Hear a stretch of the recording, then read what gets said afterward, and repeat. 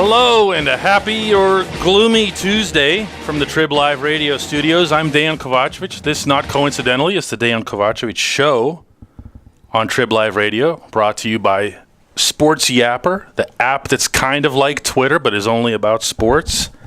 Tonight at PNC Park, the Pirates will be taking on the Milwaukee Brewers.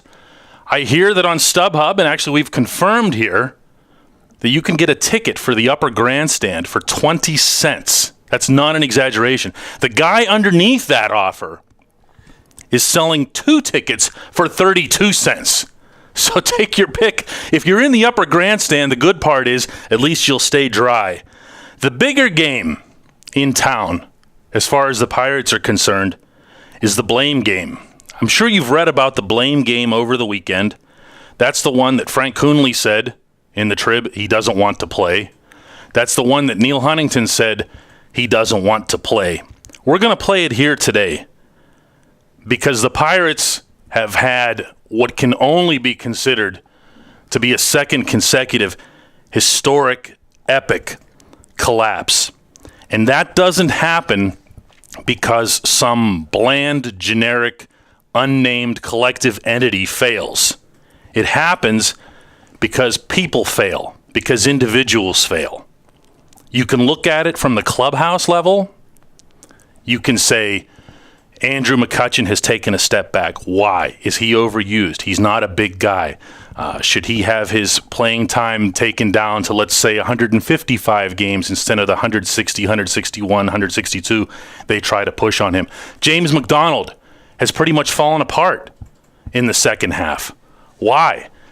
Skinny guy throws too many pitches.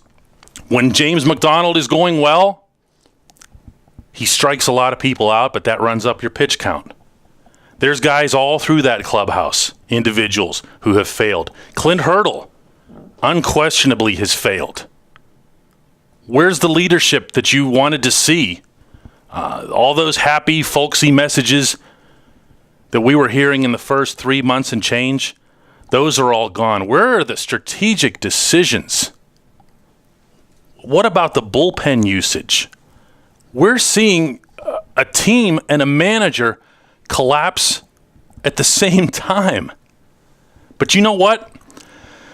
As I look at this team and I look at what's happened here, and let's remember here, by the way, this team is 74 and 72 and 2.5 games out of a wild card spot. So this entire narrative can change pretty dramatically here just in the next 3 days alone. Imagine if they sweep the Brewers. As I look at what's gone wrong with this team, I go higher. And I go to something that actually has nothing to do with what happened on the field of play this year.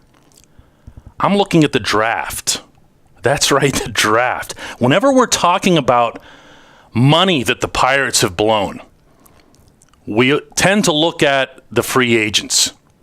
This year, this past winter, Neil Huntington invested $15.75 million in, say it with me, Clint Barmes, Rod Barajas, Nate McLouth, Eric Bedard. The last two, of course, aren't even with the team anymore. Nate McLouth, of course, is heading toward glory with the Baltimore Orioles. Barmes and Barajas, of course, play every day no matter what they do. That's money wasted. That adds to a long list of money wasted. It's not even close to the biggest waste of money we've seen with this team, or the biggest reason, in my opinion, that this team has fallen apart the last 2 years. That's the draft. They have spent $52 million over the past 5 years. $52 million. That's half of what? Half of an Albert Pujols. And what they have to show for that, not just at the major league level. At the major league level, what they have to show for it is Pedro Alvarez, who's starting to come around. He's still no sure thing.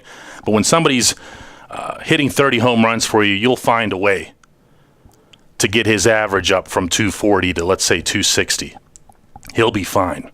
I think Garrett Cole and Jameson Taillon are going to be fine as pitching prospects. Where's everybody else? Where are the prospects? Where are the players?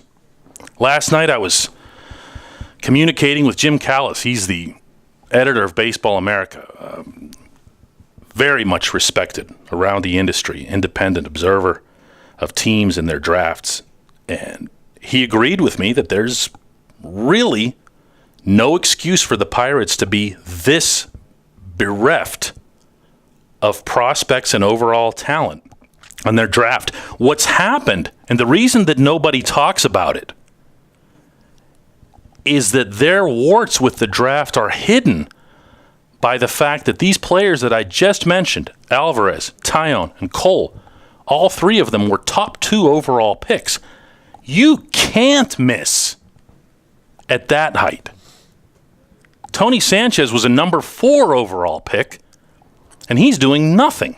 He's in AAA, didn't even deserve to be promoted this summer, hit .233 after he was promoted, has shown no power whatsoever the last 2 years.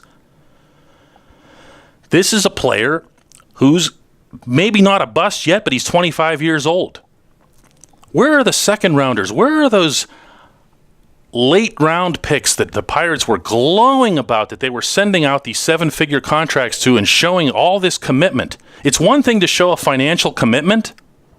It's another thing to actually have that money turn itself into something. So what ends up happening when you don't draft well? The Pirates, each of the past 2 seasons, and particularly this one, got to the trading deadline. Neil Huntington went out and made what I thought was a good move at the time, even before he started pitching well, for Wandy Rodriguez, and a couple of moves by getting Travis Snyder, Gabby Sanchez, sending out Casey McGee. Those really didn't do much of anything. They didn't fortify the lineup. They really didn't strengthen the bench. What he needed to do, and we've seen this now, and it's obviously easier in hindsight, he needed to get himself some legitimate bench pieces. A legitimate 6 and 7 type of starter, those 4A guys. You wouldn't have to give up much to get them. But what you would have avoided in the process is getting to late August and now early September and counting on baby-faced rookies to go in at the first sign of people going down. Brock Holt has done well, for the most part, in taking Neil Walker's place. But your first bat off the bench for a pretty good amount of time there was Jeff Clement. That's crazy. That's not something that you do in a pennant race. You're not throwing in, right now, rookies out of the bullpen. Justin Wilson's coming into games and blowing them. I don't blame Justin Wilson for that. He shouldn't have been put in that situation. This team needed to fortify its lack of depth. That never happened. And if it was going to happen through the minors, it would have had to be with real, live, honest-to-God, decent prospects coming up. I don't see that in this pool. I don't see that in Chase Darno. I don't see it in Josh Harrison, who I know has been up for about a year. This talent pool, the lack of it, is the result of the draft. Latin America, Pirates have done fine. And for those of you who don't know, the draft in Major League Baseball consists of the United States, Canada, and Puerto Rico. Everything else is open to international free agents from the time they're 16 years and older. They've done fine in that. If you look at their top 7 prospects in their system, 4 of them have come out of Latin America. No other team does something like that. You never see something like that. There's a fraction of the money that goes in, a fraction of the effort.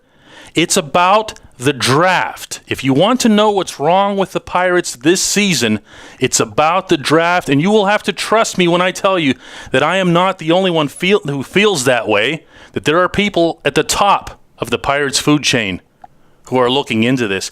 Coming up next,